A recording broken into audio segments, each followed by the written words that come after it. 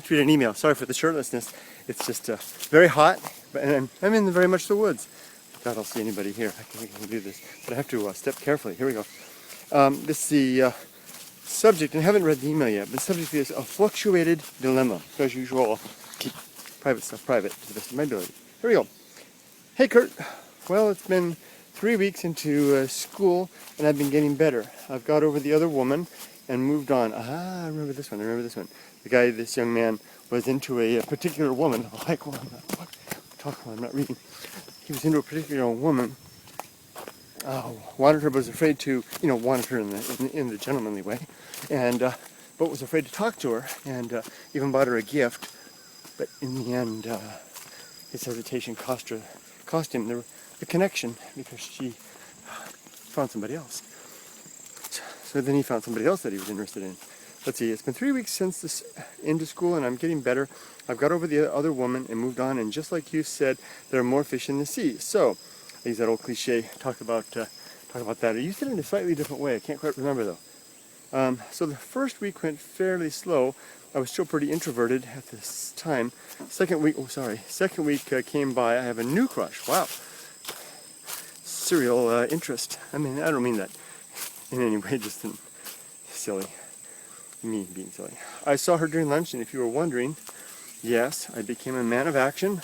That's what I was telling him about before, was taking steps to realize your ambitions. Don't just wait around. In this case, go up and have a talk with her. Not much to lose. I became a man of action. I talked to her. Even though it was brief and awkward, I still made a move and let my ego drop off into the deep end. Unfortunately, we couldn't talk very long, so I know very little about her. This happened yesterday.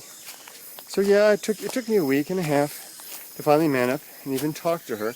And after I did, I felt so happy, even though it was very short. It was a very short, awkward conversation. Before we parted ways, she said she would talk to me next week because she wasn't going to be here today. So I said okay, and we left it at that.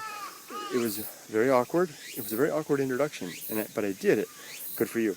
All right, so here's the dilemma. The third week rolls by, so before lunch, I have a class with this other woman. So there's another one. So there's two women now, right?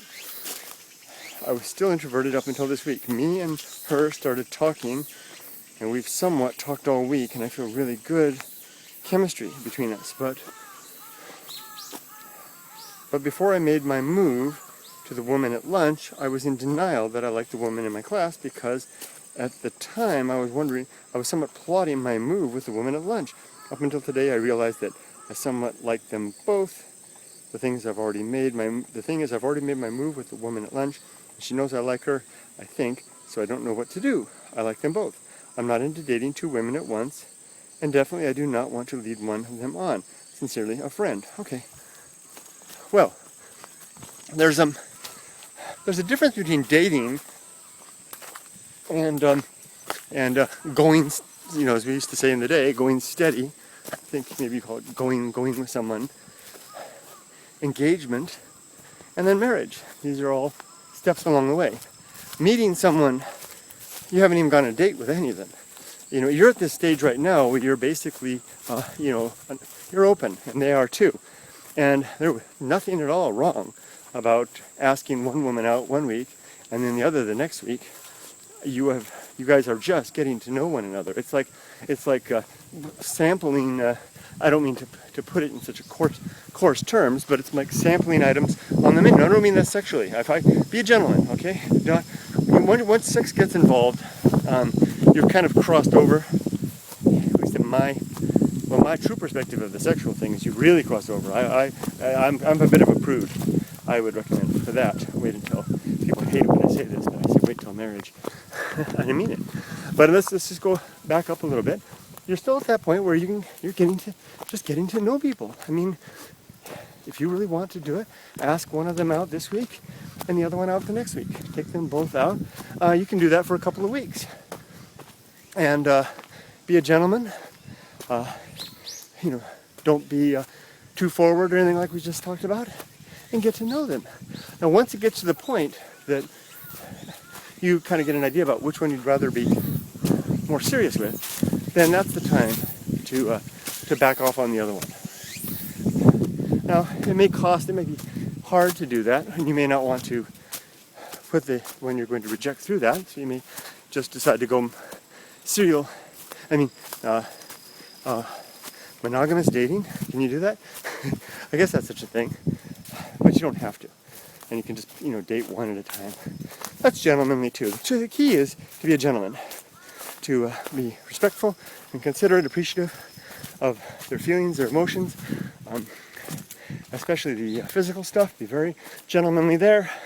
And you guys are both going to get a chance, all of you are going to get a chance to know one another and take it from there. May I add something though? You're a young guy. Don't let romantic interest take center stage at this point in your life. If you don't mind me saying so, you didn't ask about that, but I just want to share that. I understand the feeling. It's something we do, and it's biological too. It's innate in our species to want to join with another at a young age, connect, bond, and gives us satisfaction in here, and it also biologically fulfills the impetus to perpetuate the species through bonds and propagation through children, propagation of our species through children. It's an old instinct deep inside of us, and it's not a bad thing. But the thing is, that instinct was developed at a time when the average lifespan for individuals in our species would probably be less than 30 years old. So you would be, back in those days, at your age right now, you would be in the prime of time to get busy. This would be the time to get in a mate, having some kids, before you're going to be dead in another 8 to 10 years or less. But things are no longer like that anymore. You're fortunate to live in the first world. You're going to live statistically to a ripe old age. You've got decades and decades ahead of you, and in fact, in terms of raising a family and you've got a long time to go in there. You can't wait too long on that. But if I can offer my advice in that regard, here's what I would tell my son or my daughter. Spend the decade of your 20s, give the decade of your 20s to yourself. Use that time to emerge from the care and feeding of your family, your parents, establish your independence, get an education as far as you can, as far and as good an education as you can, and fill your life with whatever interests you, whether that be various pursuits, or artistic pursuits, academic pursuits, adventurous pursuits, whatever it is. Get your fill at this time in your life. Fill your cup with that stuff. And I would say don't even necessarily settle down to a particular career yet. Some of the most interesting people I've ever known. I was just listening to a podcast just now, and it was 3 guys talking. They're very successful now, and one's chef, one's a television writer, the other is into broadcasting also. But they're in their 40s now.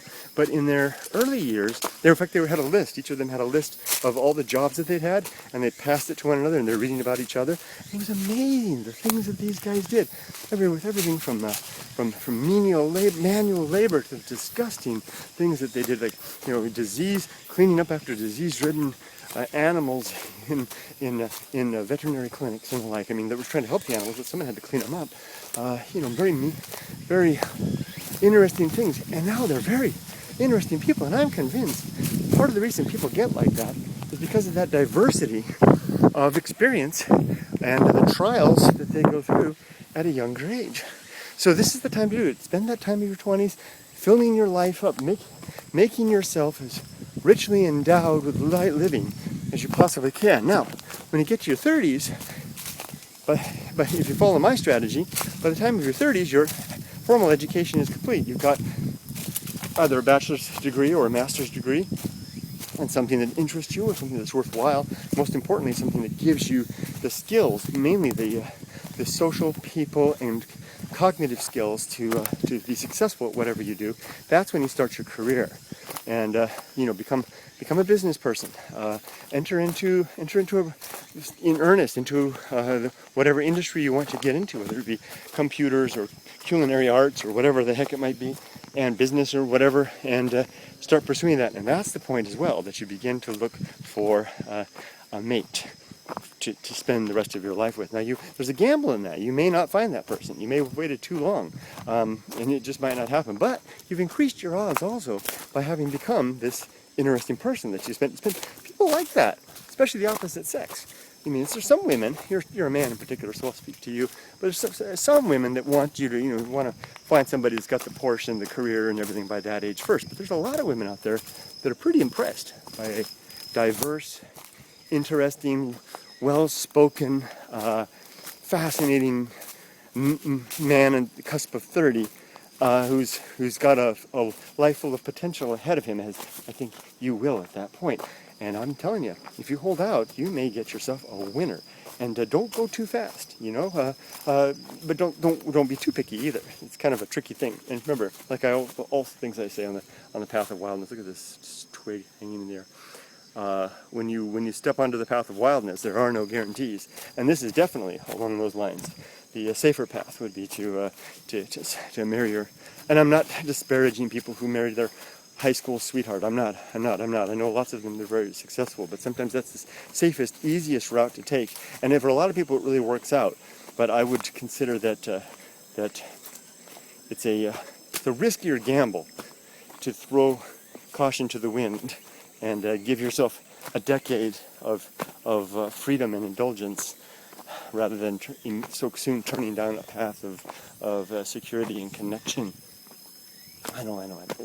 Probably some people are not going to like what I just said, but I don't mean it that way. But I do mean it that way at the same time.